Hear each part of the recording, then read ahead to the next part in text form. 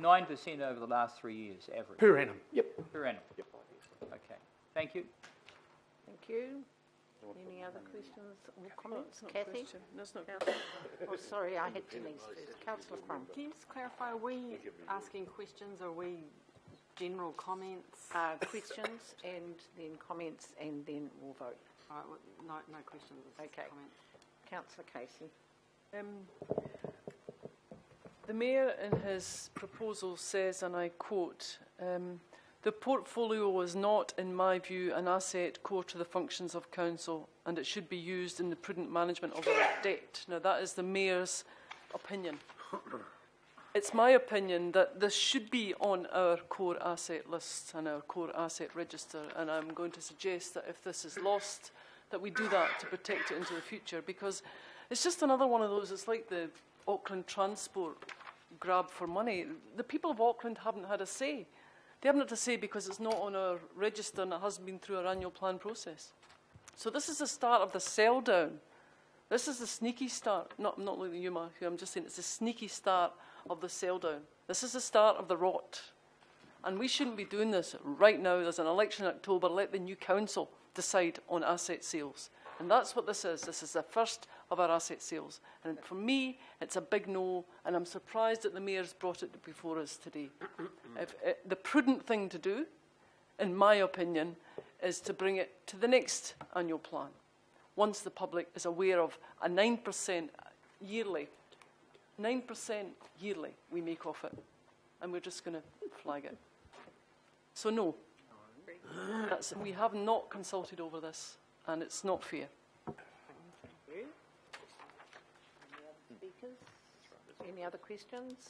Yes, Okay. one other question. Question?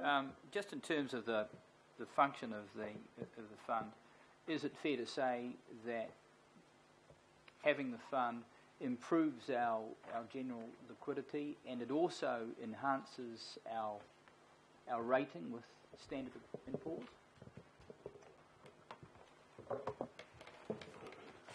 Through the chair, so if John Bishop, your treasurer, was here from a liquidity perspective, he would be advising that we sell. And as we've referenced in the paper, and John with the team will consider, their preferred method of liquidity being high quality, near-term bank bills and bonds. So I think it's important you understand this. So this is an equity portfolio, so we all know equity markets go up and down. Sometimes over a 6 to 9 month period, they disappear. They go down by 30 or 40%. We're in a fairly rampant kind of market at the moment. There will be many commentators out there who would happily say, you know, don't be unexpected if we see that sort of event over the next 2 or 3 years. Now, the point I'm making, and I am talking for John really, because it's John and Andrew's job, that when you use the word liquidity with the Treasury team, their main reference is the highest quality securities they can use. An equity portfolio is not the highest quality securities they can use from a liquidity perspective. And what about our Standard & Poor's rating? So same applies. Okay.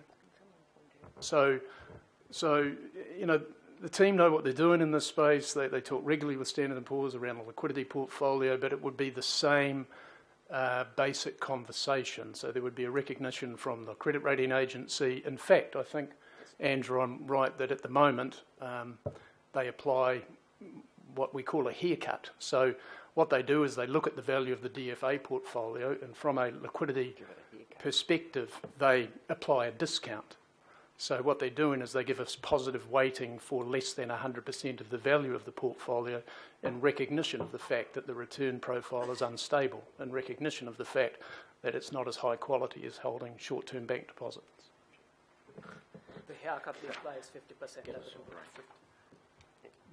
So, Matthew, can I just ask further to that? I mean, you know, if we've got a Standard & Poor's AA rating, this gives you the ability to keep it if something goes wrong. Yes, If we lose it, what then happens to our debt levels and our interest rate?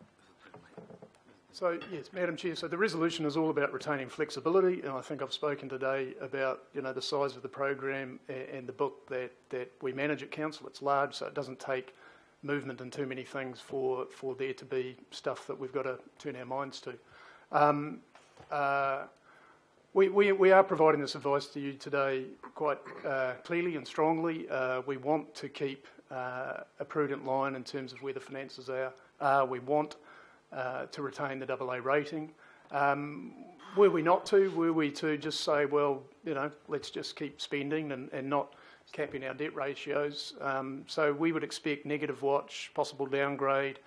It's in the document. A one-notch downgrade we think could be anywhere between 0.1 to 0.2% additional interest rate costs. Across our entire book, you're starting to get into the 10 to 15 million plus per annum. So these are just trade-offs. It's for you to weigh up. Thank you. Councillor Crum. I just wanted to ask a crystal clear question, which I realise I haven't asked. Are these funds going to be entirely used to pay down debt?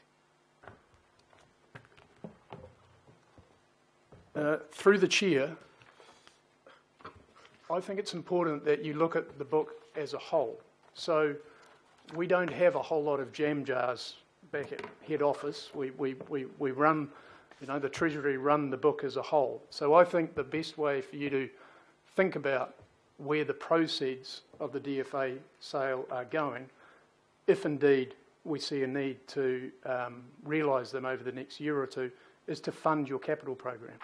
So it's kind of moot as to, I guess we could, pay down the debt on Monday and the following month, raise it to buy public infrastructure. There's a principle at play for me, though. Councillor Clyde, I think you might have to find another second for that. Sorry, I withdraw my second for this particular. I'd second it. Okay, thank I want to you. speak to it. Actually, because okay, no, that's fine. Speak later. Ember Tamahiri. Okay, I have Councillor John Watson. Sorry, not a question. I want to speak to the debate. Okay, we're debating now. Oh, okay, all right.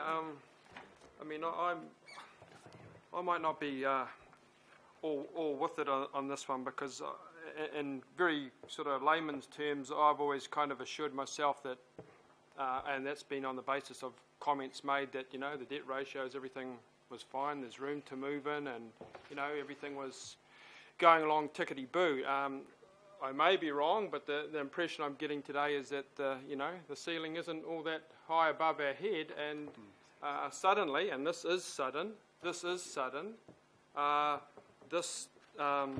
fund is required to maintain that prudent ratio, which is very different from what we've been given out to the public. Very different, the assurances that we've been given out to them.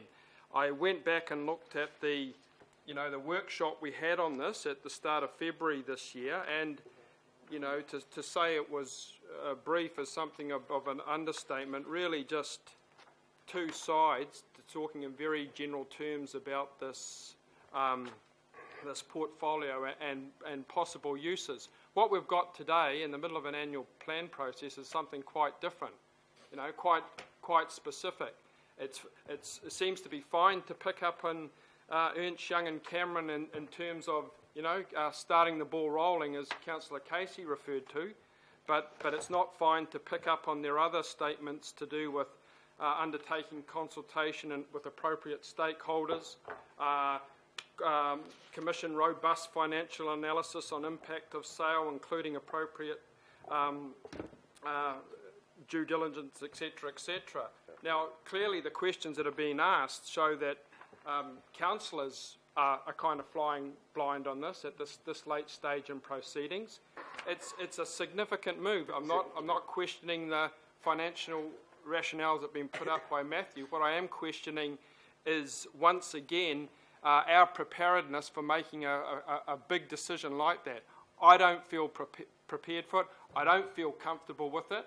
And I certainly don't agree, yet again, that a decision of this significance is made without any public input at all. And I know the distinction has been drawn between strategic and commercial, but I don't think that holds here, especially not in light of the background of those reports we commissioned and the direction that they were signalling. And lo and behold, first annual plan, before there's been any proper agreement or discussion or analysis, we're clicking the first cab off the rank. So I won't be supporting this.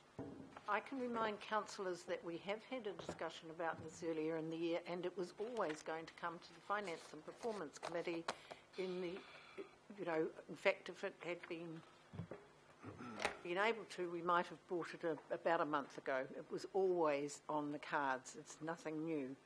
So, Councillor Cashmore. Thanks, Madam Chair. This discussion around our assets and a review of them was led 15 months ago when we got together informally down at the Cloud, and we agreed to start looking at where we were going, because we could see then the headlights coming down the road that the infrastructure build was ramping up, and if anything, it's got higher, that hill of infrastructure that we have to build. So whether we pay down debt or use some of this money to build what we have to build doesn't really make a lot of difference to the net result. It just has to happen, because the people are going to still keep coming, and the infrastructure is still going to have to be built. So it's not really rocket science. The pressures are very real, and we have to accommodate them, and this fund is one means that we can do it in achieving that.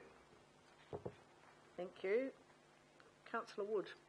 Yes, Madam Chair. I've got concerns about the position that we're in today, and it just seems to me that we're in a pincer movement here.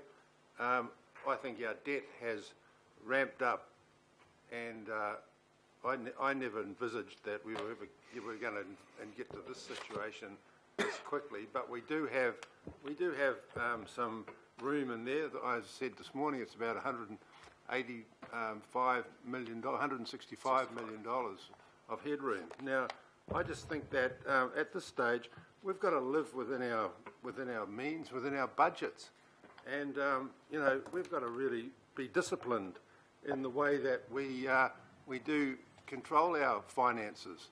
And really, it's a salutary wake-up for this council to to have to work through this without, I don't think, selling off this. I don't want to sell it off like this. It seems like, I hate to think it's going to be a fire sale, because I think that one of the issues is good quality spending, and this council, I don't think in some cases has followed good quality spending practices. I can go down to the Parnell train station, and I don't think it's open yet, and it's been going for about the last 4 or 5 years, and we've spent heaps of money down there with no return. So I think it's really a situation where this council has got to start looking at how we do spend our money, and it's spending the money in transport projects. We've got to, I think we've got to shave. If we're going to doing any shaving, I think we've got to start shaving some of the frilly bits off the top of some of these projects, and make sure that we get real basic services, value for money. And I think at this stage, I think we should really put the pressure on and say, work within the budget, the debt level of the 270%, and let's not sell this in these circumstances. And I think if push comes to shove and we need to, well, we can always convene a meeting and we can start the process. But I'm not going to support it today in these circumstances, which, I was kind of really concerned when we're now shelling out another 20-30 million to Auckland Transport, buying more properties, just on the whim, an unofficial kind of no resolution of the Auckland Transport Board. And Councillor Penrose knows, going before the Liquor Licensing Authority, they won't do anything unless you've got a resolution from the local board or the council to say what your authority is to be there. Where we had the Chief Financial Officer saying today that he's just on a mission without a resolution. So I think let's live within our means, and I'm not going to support it for that reason today. Thank you. I'd remind councillors the words are be authorised to draw down if required. Exactly. I'll come back to No, the meeting. and it's always been on the cards. This is not new since we got those reports. Okay, Member Tamahiri. Madam Chair.